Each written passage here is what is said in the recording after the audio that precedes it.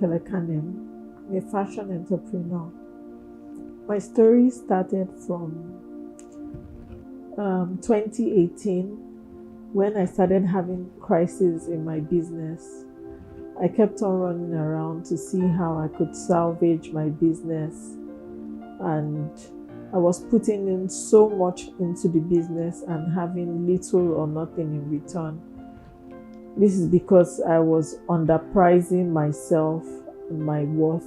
I wasn't able to put my worth together.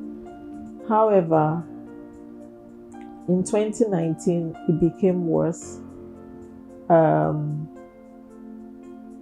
On social media, people thought I was doing well because I was traveling around I recently was sponsored at that time by British Council to go for a course in the UK.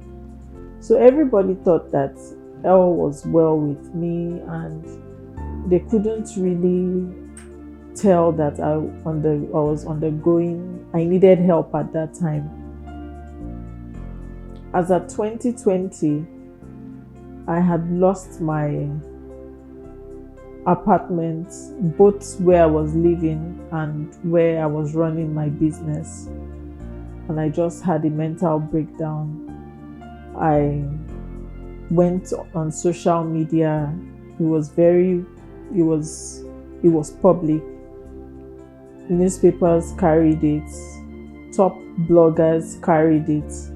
It was quite embarrassing for me, and my sister came to get me. Initially, before I went on social media to express myself, my sister had come to get me. At that time, what was happening to me had eaten deep into me. I had psychosis and I didn't know. So everybody started becoming a suspect. I suspected my mom to be the orchestra of my downfall. I suspected my sister, any little thing. My level of anxiety had grown to 100. I had so much anxiety that I couldn't even go out. And even when I go out, I would see everybody as a suspect. I would think that you're talking to me because of what you're trying to benefit from me. It was really, really bad. So at first, my sister had come to pick me to the psychiatric hospital because people around me had started reaching out to her that she should pay attention to me, that the way I sounded, the way I was talking, I wasn't talking like a normal person anymore. So she came. Now, for me, I didn't see it as a point of her coming to help me. I saw it as her being envious of how much I had done in the industry, and she just wanted to shut me up. So we went to the psychiatric hospital. I was arrested to the psychiatric hospital, and they interviewed me, and they told me that they needed to keep me for some days. I asked them how many days. They said that they were going to give me some medication. So I either had to follow my sister home, so I started staying with my sister. As at this time, I didn't have a house again. I was living in my office. So that was when my sister came to get me. So they said it's either I followed my sister to stay with her in her house, or I stayed at the psychiatric home for 3 days. So that being said, I thought, okay, it's just 3 days to be at the psychiatric home. They lied to me. They told me that I would be there for 3 days. If they had told me that I was going to be there for 2 months, I would have opted to live with my elder sister. So that was how I was in the psychiatric hospital. So I met all sorts of people at the psychiatric hospital. There are different wards, but the ward where I was in particular, they said that was a special ward. That's where they had special people. I made some friends in there, and there were cases where they even had fights. It was an experience for me.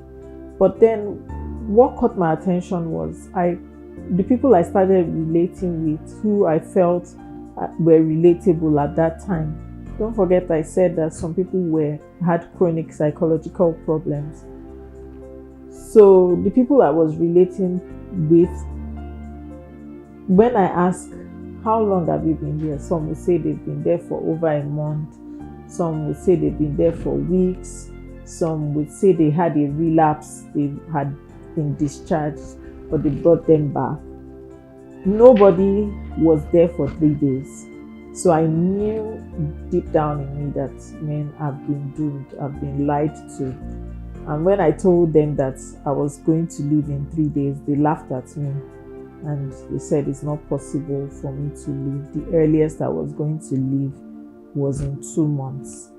I thought of all the business opportunities I would be missing, all the people that would be trying to reach me and they won't be able to reach me because you don't have access to your phones, you don't have access to anything.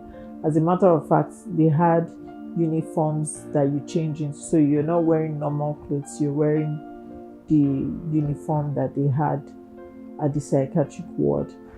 So I sent for my elder sister in 8 days of me being in the psychiatric hospital, and I knelt down and begged her. I lied to her that I was beginning to have an infection from the bathroom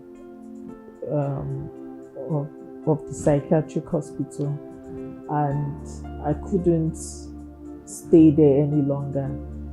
I cried, I knelt down and begged her. Now, prior to her coming to pick me, I was already causing trouble, sending them messages, sending my mom and my sister messages that I'm going to come for them, I'm going to show them who I really am. I was causing all sorts of trouble because I thought that they were against me. And that is what psychosis does. It gives you an assumption that the world is against you. It comes in different forms. It comes in different patterns. But this was my own pattern. So I begged her that I wasn't going to threaten her anymore and all of that. So she went against the doctor's will and signed to let me out. They had warned her that she shouldn't let me out, that I haven't even gotten better in any way, that I haven't stayed at least for 2 weeks to be examined by the doctors, because you have to be in the ward for some days. Then you have batches of people who go to the doctors to be examined. Then the doctors will now examine you and then know for a fact that you are good enough to go home before they send for people for you to go home. So my sister went against their will because of how much I begged and cried, and she released me, and I started staying with my sister. On staying with her, it got worse. The medication they gave me, I had stopped taking the drugs. It was a lot. So I left my sister's house after like a month because I still thought the symptoms started again, and it became worse this time around. And I felt that she was against me. She didn't love me. I didn't want to see her. I didn't want to have anything to do with her. So by 4:30 in the morning, I packed all her food stuff from the house, and I dashed down to the office. So I couldn't, while I stayed in my office for about a month before I went on social media. I put her husband's phone number and their house address on social media, and I put the pictures of the card of me being admitted as a patient of being in the psychiatric hospital, that she's against me, that the world should come to my aid and all of that. So the next day and this happened when there was just lockdown, so there was no movement. A lot of people tried to reach out to me on social media at that night when I had started posting all these things, that they can't come to, because you could tell that there was a problem from what I was saying and how embarrassing it was, how I brought embarrassed my family, called them out. You could tell that things wasn't all right with me. So people tried to reach me, and they couldn't hurry down to my office because it was locked down. My sister had to organize some military people to follow her so she would be able to come get me. They went to several hospitals. At that time, the psychiatric hospital wasn't admitting anybody again because of the lockdown. That's the one in Yaba. The psychiatric hospital in Lutz too was not admitting people. But one of the nurses was able to help, said that one of the doctors of the hospital has a private hospital. So that was how I was taken to the private psychiatric hospital. For me, that was a much better place. Their treatment was better. It was like a family to me. You know, the relationship they had is a smaller. You can't compare a private sector to a government sector in Nigeria. And the patients were not as much as what you have in Yaba. So the concentration is very close and tight. You know, they tend to speak to us one-on-one almost every day. So that was how I was able to, I tried to beg my sister again to take me out of the hospital. But this time around, she didn't listen to me. She said the decision had been made and I needed to stay in the hospital till I was okay. And they had psychologists who came to talk to us, who came to examine us, and who made us understand that, you know, what we were going through was actually a problem, but then again, it can be solved. So my family came through for me, and I'm really thankful to God that God used them to bring me out of that bondage. I don't know where I would have been. I don't know what would have happened to me. I don't know if I would have been on the streets, eating from the dustbin, you know, running totally mad, because as at that time, it was a lot on me. I had lost it, but then I didn't think that I actually thought I was okay, you know, and that's about that, you know. Prior to when they came to carry me from the house to the from my office to the hospital, I had already started causing trouble in the office. My neighbors were residents, but my own flat was just the office. So the residents, I had already started causing trouble with one of the residents. I had broken his generator simply because he tied a chain with his generator and mine. So this is how psychosis works. Little things that happen, you tend to magnify it and think that it's something against you. So in my head, I'm like, you are bringing your generator to lock my generator with yours. So you want to lock my destiny with your own destiny. And that was how I started smashing the generator. Nobody could stop me at that time. The power that was in me, I don't even understand how it happened. And the neighbors knew all right that I wasn't okay. So even when they came to carry me, they were relieved that somebody has come to take care of me. And the message got to the landlady of the compound. So I was given a quick notice and I was asked to leave. But fortunately for me, I was asked to leave when I had come out from the hospital. If I was still in the hospital when I was given a quick notice, they would have probably thrown my things out of the premises with my equipment, my machines. I had loads of machines that I was working with and all of that. So, and then at some point, I started feeling like I was the second coming of Jesus. Psychosis is very, it is, I don't know how to explain it, but then if you have anybody close to you who is undergoing any form of mental disorder, you would understand where I'm coming from. But if you don't have any close relationship with anyone who has had this mental disorder, it's like gist, it's like story.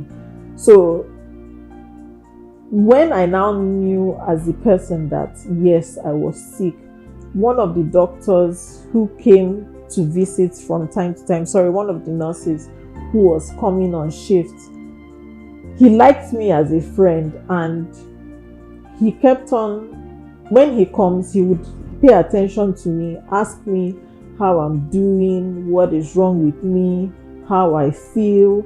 And he said, Jane, thank God your case is not as bad as some people who feel that they are the second coming of Jesus. They will tell you that they are God, that they've come back to earth to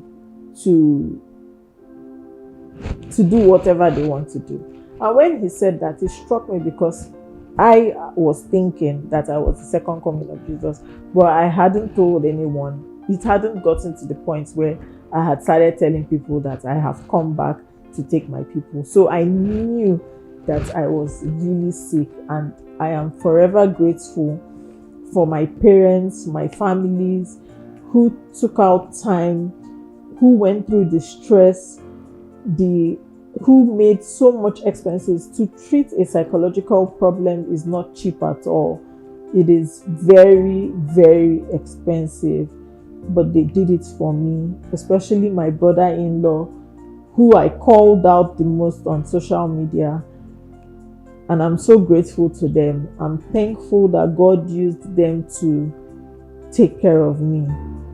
So I had gone public about the whole stuff, and it was very obvious to people that Jane has a mental breakdown.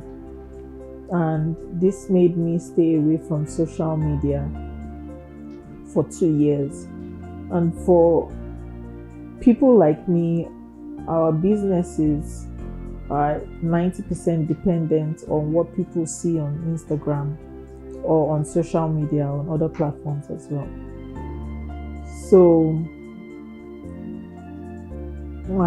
most of the pictures, everything I had on social media was taken down at that time when they came to pick me to the hospital.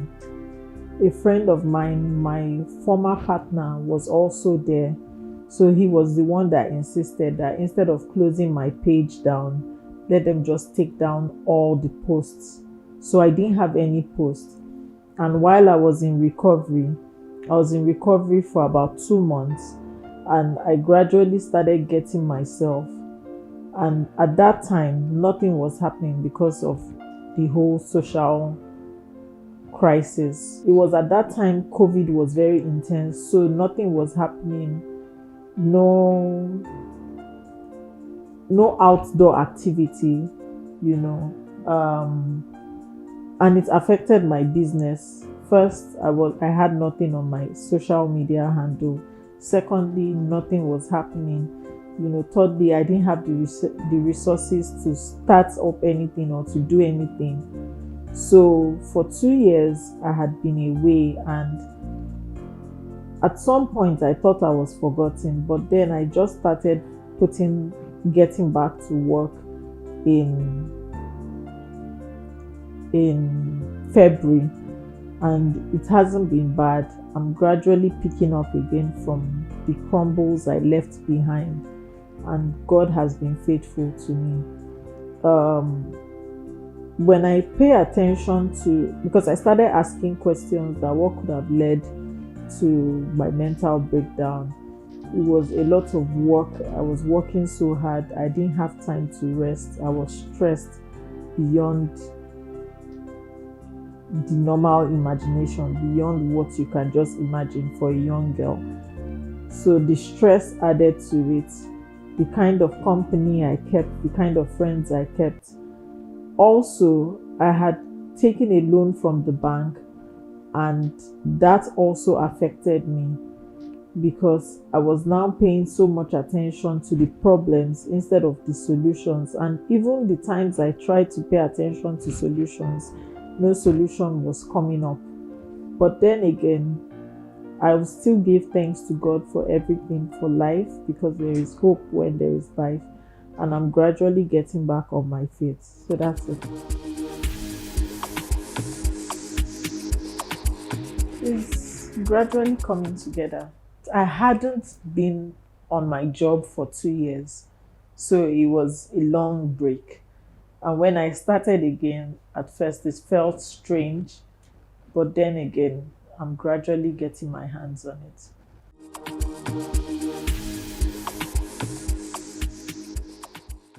To a very large extent, there's been discrimination. People have moved on. But then again, I've also had people who have been loyal to me, who still remembers and who still call me for jobs.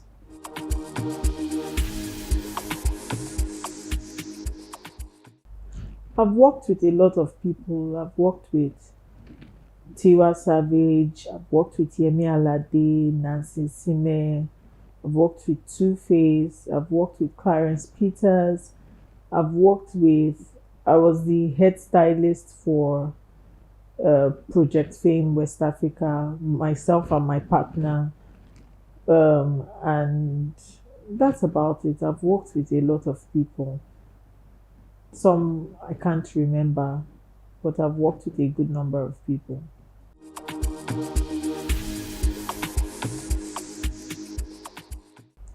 I think social media too had played a role on its own. You know, where you see people putting up things, you don't know if it's real or it's not. You feel intimidated or you feel left behind, like nothing is happening to you at that time as well. Um, and you'd want to do more for yourself, not knowing that you are enough, you're doing enough already. You know, social media can be a very competitive place if you do not have a strong mindset to self control as well.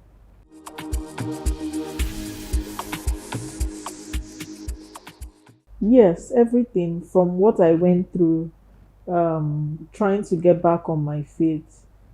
I am not where I used to be, and but I know God is taking me to a place where He knows is best for me. Um, you know, when you look back at yourself and you say, I am not where I used to be, and it's a case of, oh, I am better than where I used to be. But in this case, where I used to be is better than where I am right now. You know, that's what I feel. Losing everything, losing my factory, you know, makes me feel like I've lost my relevance, and it makes me depressed. So, all of that put together, you know, is enough to make someone break down.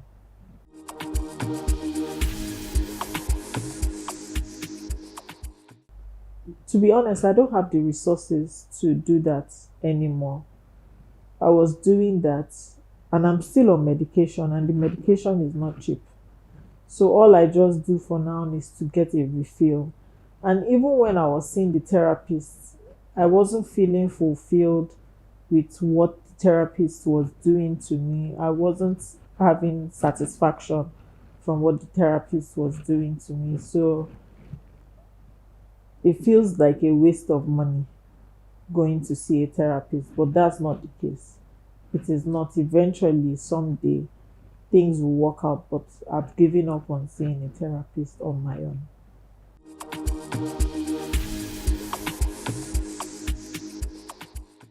I was just looking for a way out at that time.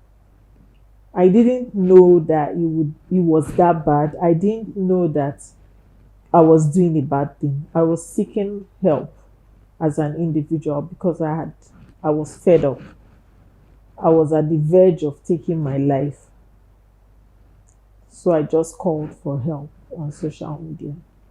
So the thing is, because of what happened, some people, I'm a biker chick.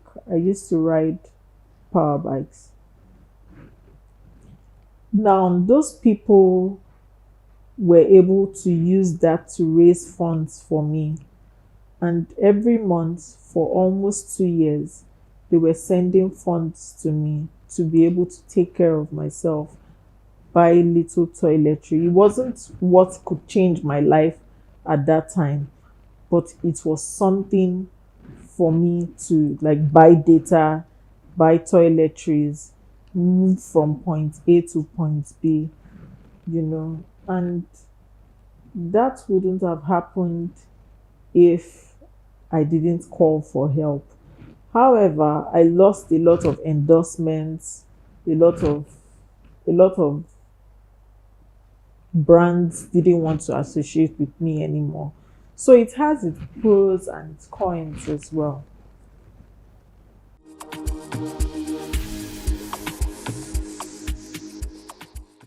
To a very large extent, it does. It affected me.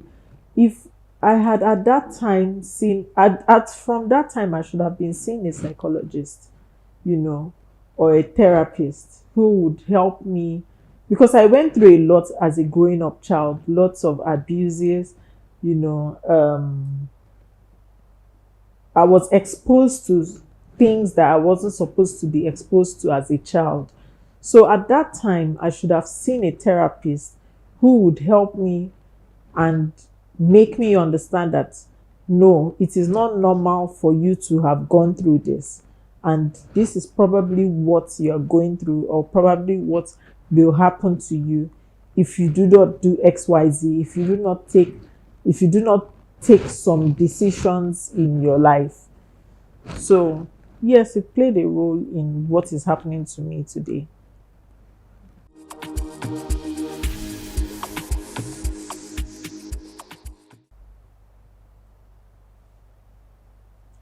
I don't know what I would say. I honestly don't know. I'll just tell J. Michael to take each step as the time and things will fall in place. My this year, as slow as it has been, is better than last year. So that's how I get to know that things will definitely get better. As at last year, I had no hope. I didn't even know where to start from. I didn't even know where to pick a pin from. I didn't know what to do. I was just lost in my own world. But looking at it now, looking at myself this year and comparing myself last year, it's a very huge step that I have taken to start again, regardless of the embarrassment I went through on social media. I'm still back on that same social media, and I'm still loved by people on that social media. Remember, social media is not a forgiving place. It's not a place where people find true happiness or love.